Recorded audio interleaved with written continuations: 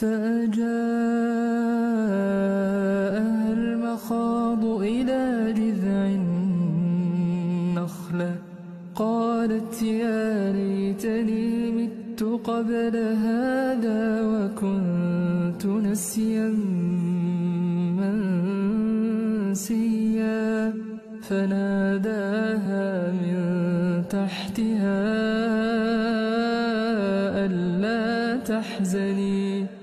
ألا تحزني قد جعل ربك تحتك سريا وهزي إليك بجذع النخلة تساقط عليك رطبا جنيا فكلي واشربي وقري عينا فإما ترين